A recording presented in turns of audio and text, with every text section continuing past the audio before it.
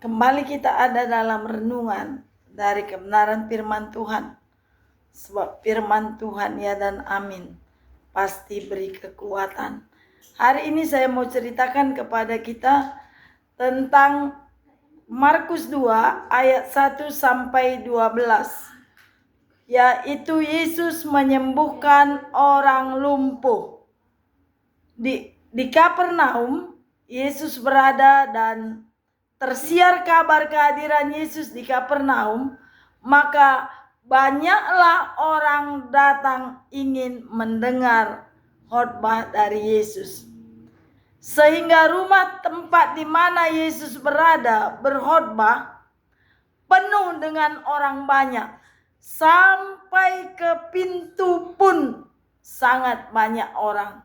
Nah, ketika Yesus sedang berkhotbah di dalam rumah, datanglah beberapa orang membawa orang lumpuh. Orang lumpuh ini orang yang tidak berjalan. Saudara dan saya bisa bayangkan, di zaman Yesus hidup ada orang lumpuh. Di situ belum ada rumah sakit. Mungkin saja belum ada kamar mandi di rumah. Sehingga orang lumpuh ini aromanya tidak begitu menggoda pasti. Mungkin dia sudah berapa hari, berapa minggu tidak mandi. Orang datang membawa Yesus ke tempat di mana Yesus berada dengan keyakinan bahwa pasti terjadi mujizat. Yesus menjamah, maka orang lumpuh pasti berjalan. Dengan iman dan kesepakatan, mereka membawa orang lumpuh ini dan mereka melihat sangat banyak orang sehingga tidak punya tempat untuk membawa orang lumpuh masuk ke dalam rumah itu. Lalu mereka punya akal, punya mereka punya cara bagaimana supaya orang lumpuh ini boleh bertemu dengan Yesus. Sehingga mereka membuka atap rumah itu. Mereka lihat-lihat dari luar, perhitungkan di mana Yesus berdiri, di atasnya lah tepat mereka buka atapnya.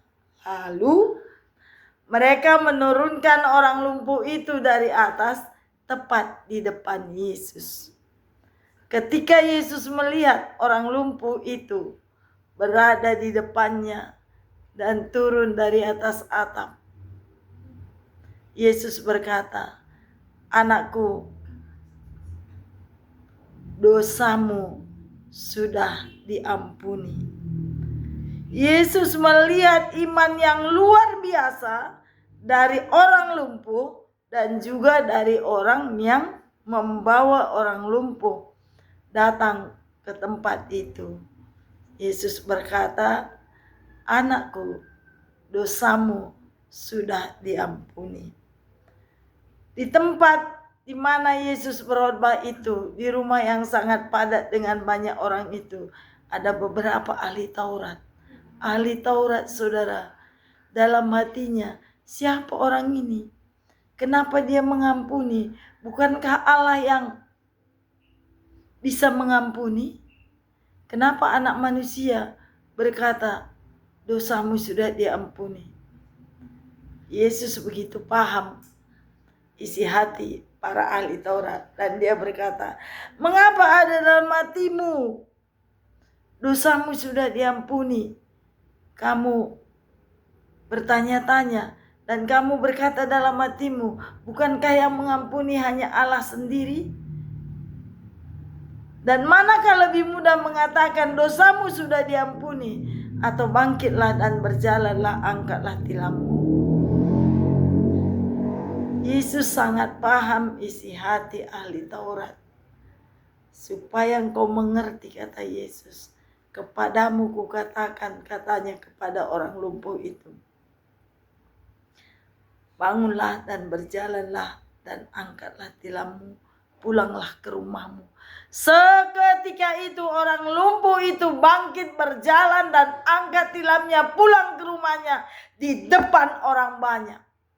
Sehingga orang banyak berkata, yang begini tidak pernah kami lihat. Banyak orang takjub melihat mujizat yang Yesus kerjakan ketika orang lumpuh bisa berjalan. Saudara, siapa kita dengan hari ini? Di cerita ini ada orang lumpuh, ada Yesus, ada pemilik rumah, ada orang yang membawa orang lumpuh. 4 orang minimal sepakat menggotong orang lumpuh ini. Taulah kita di zaman dulu, di zaman saya masih kecil, kalau ada orang sakit mau dibawa ke rumah sakit, belum ada kendaraan, sarung ditaruh ke bambu kiri kanan, orang lumpuh di atas sarung itu. Begitulah dia dipikul. Dan orang lumpuh ini mungkin setelah digotong ke tempat orang banyak, ke tempat rumah di mana Yesus berada, dia dinaikkan lagi dengan tali ke atas, baru diturunkan tepat seperti di depan Yesus. Saudara, kerjasama 4 orang menggotong orang lumpuh ini membuat orang lumpuh ini tertolong. Itu perannya ya. Perannya membawa orang, kesehatiannya, imannya. Karena dia punya iman, yakin Yesus bisa melakukan mujizat. Dia buat cara-cara yang terbaik supaya orang lumpuh bertemu dengan Yesus. Dan mereka turunkan tepat di depan Yesus. Itu kerja keras daripada orang yang membawanya. Nah, pemilik rumah ada di situ, sedang asik mendengarkan Yesus berbicara. Coba kita bayangkan kalau kita jadi pemilik rumah, Yesus ada di rumah kita, atau hari ini Yesus gak ada lagi di rumah kita ya. Mungkin pendeta-pendeta yang luar biasa, siapa misalnya Billy Graham, Benny Hinn ada di rumah kita. Kita sore kali mendengarkannya. Tiba-tiba ada orang membuka atap rumah kita dan menurunkan orang lumpuh. Alkitab tidak mencatat ada reaksi pemilik rumah, jangan kau rusakkan atap rumahku, atau kau nanti bertanggung jawab menggantinya lagi, memasangnya kembali. Enggak, dia tetap tenang. Ini sikap hati pemilik rumah. Dia tenang, lanjut mendengarkan Yesus berbicara. Walau atap rumahnya dirusak, orang turun, dia terus terpesona. Artinya, kita mau seberapa besar kefokusan kita pada Tuhan di akhir zaman ini. Apakah Anda lebih fokus dengan gadgetmu sehingga tersita waktumu? Kamu tidak punya waktu untuk berdiam di bawah kaki Yesus. Saya ingin mengajak kita semua, banyak hal yang membuat kita terluka. Tapi pemilik rumah, walaupun harta kekayaannya dirusakkan, hatinya tak terganggu.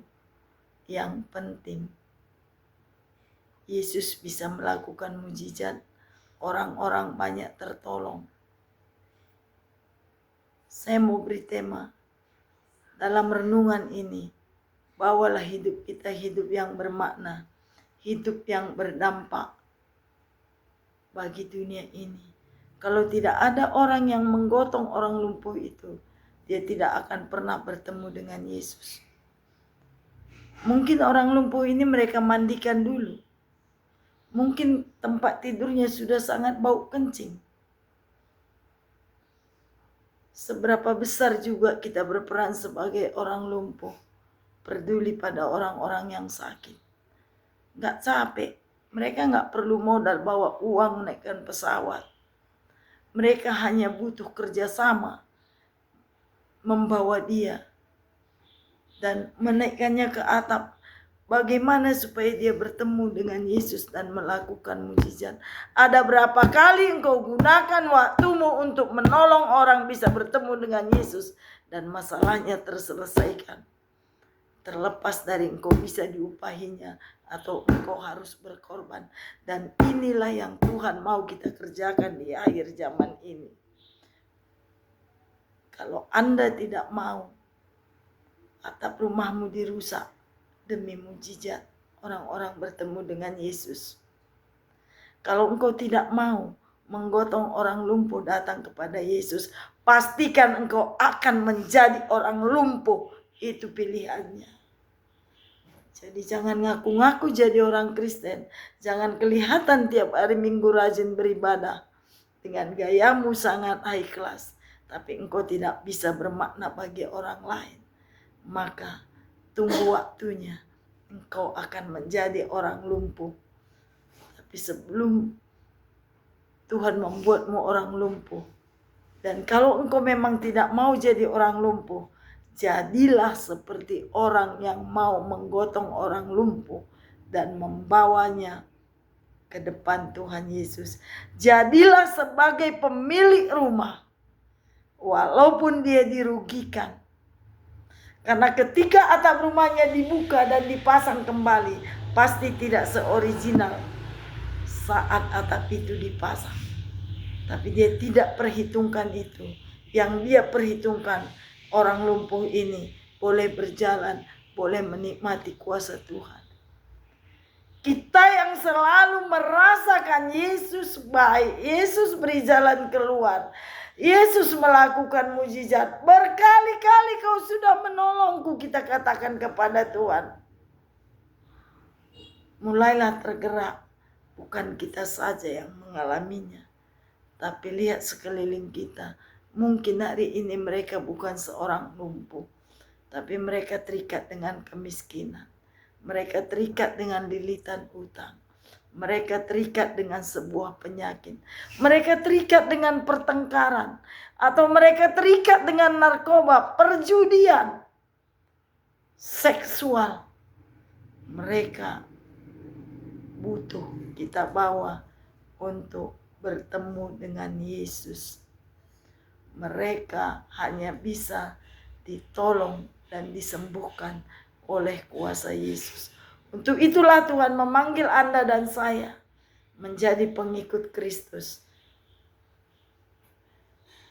Biar hidup kita boleh membawa lebih banyak jiwa kepada Tuhan. Karena seberapa besar pun rupiah yang Anda transfer untuk pekerjaan gereja, sesungguhnya isi hati Tuhan bila kita bisa menemukan orang-orang yang terhilang dan kita bawa beroleh terang yang ajaib di dalam Tuhan Yesus. Tuhan Yesus memberkati kita. Selamat berjuang. Lihat sekelilingmu. Perhatikan seberapa banyak orang yang membutuhkan kasih Yesus. Mulailah bawa mereka dalam doa. Mulailah dekati mereka. Mulailah tabur kasih kepada mereka. Supaya setiap orang yang membutuhkan kasih Yesus boleh menikmati dan mendapatkannya melalui makna hidup kita, melalui gaya hidup kita. Itu yang Tuhan inginkan. Bila video ini berkenan dan bisa menolong Anda, follow, like, dan komen. Share biar lebih banyak orang boleh dibangkitkan untuk giat melayani pekerjaan Tuhan. Kita berdoa. Hamba-Mu dengan bahasa yang sederhana sampaikan isi hatimu lewat teknologi digital ini. Tuhan Engkau berkenan memberkatinya supaya lewat apapun hamba boleh bermakna bagi banyak orang. Tuhan tahu kerinduan hatiku, Tuhan tahu motivasi dan mimpi-mimpiku di dalam Engkau. Engkau berkarya lewat semua action hidupku, biar hidupku memenangkan banyak jiwa. Berkati seberapapun orang yang mendengar video ini Tuhan. Mereka yang lumpuh berjalan, yang susah terhibur, yang terikat dilepaskan, yang suam-suam kembali menyala untuk melayani Engkau. Dalam nama Yesus. Haleluya. Amin. Tuhan Yesus memberkati kita.